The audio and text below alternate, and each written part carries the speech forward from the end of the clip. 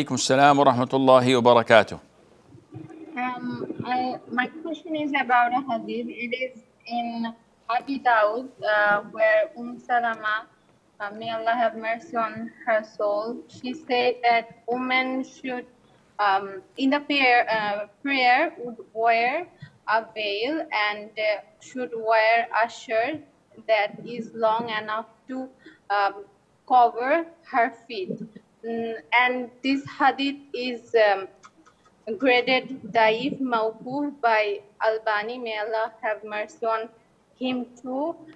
And I personally believe that covering feet while praying for women is mandatory, but sometimes people come and ask me, why are you doing this? Then when I say them that this is mandatory by some, sorry, uh, this is mandatory, and I show this hadith, they say that this is daif and they don't believe me. Now I want to know why we believe that this is mandatory when the hadith is weak.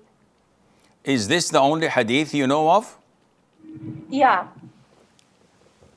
Okay, let me check, because I am not a hafiz who can memorize these.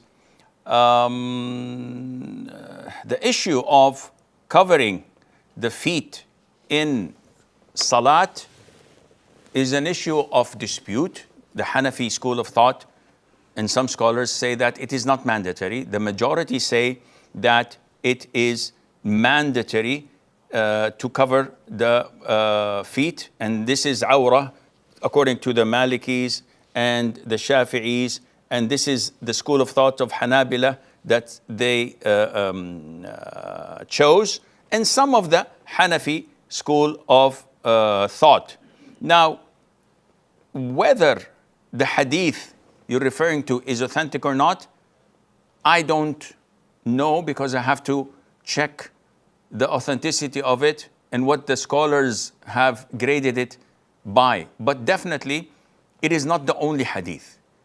For example, the hadith, and which all agree that when a woman reaches puberty in salat, she has to cover everything except the face and the hands. The feet are not mentioned.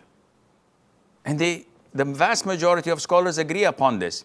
So when we come to such verdicts of schools of thought, and we don't have the time to check for hadiths or references, having it as the vast majority is sufficient.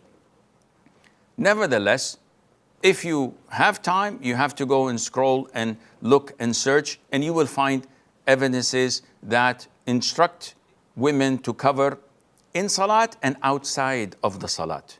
Because if you say that a woman's feet are not to be covered, what we notice today in the haram, we see this. We see women walking with their shin exposed, not only their feet. So is it only the foot itself to the ankles, or some of part of the leg as well? We see women not paying attention, not caring, in salat or outside of the salat. This is why we say that we have to go and choose what is safer for a person.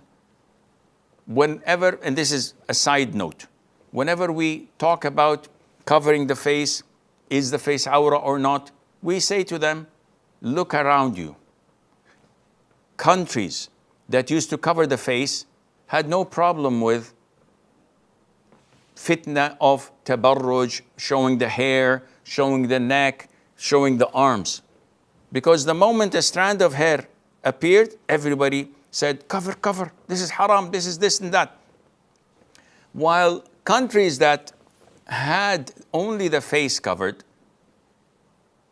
felt tempted to show a little bit of the hair. The resistance is far less than when the full body is covered.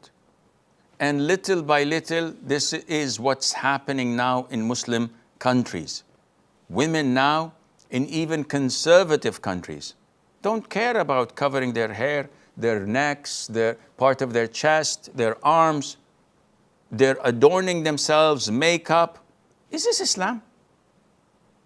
Nobody dares to say, no, it's not Islam. But at the same time, everybody's doing it. So this is why Islam surrounds the areas of haram with lots of high fences. If you pass one, you'll find another one, and a third, and a fourth.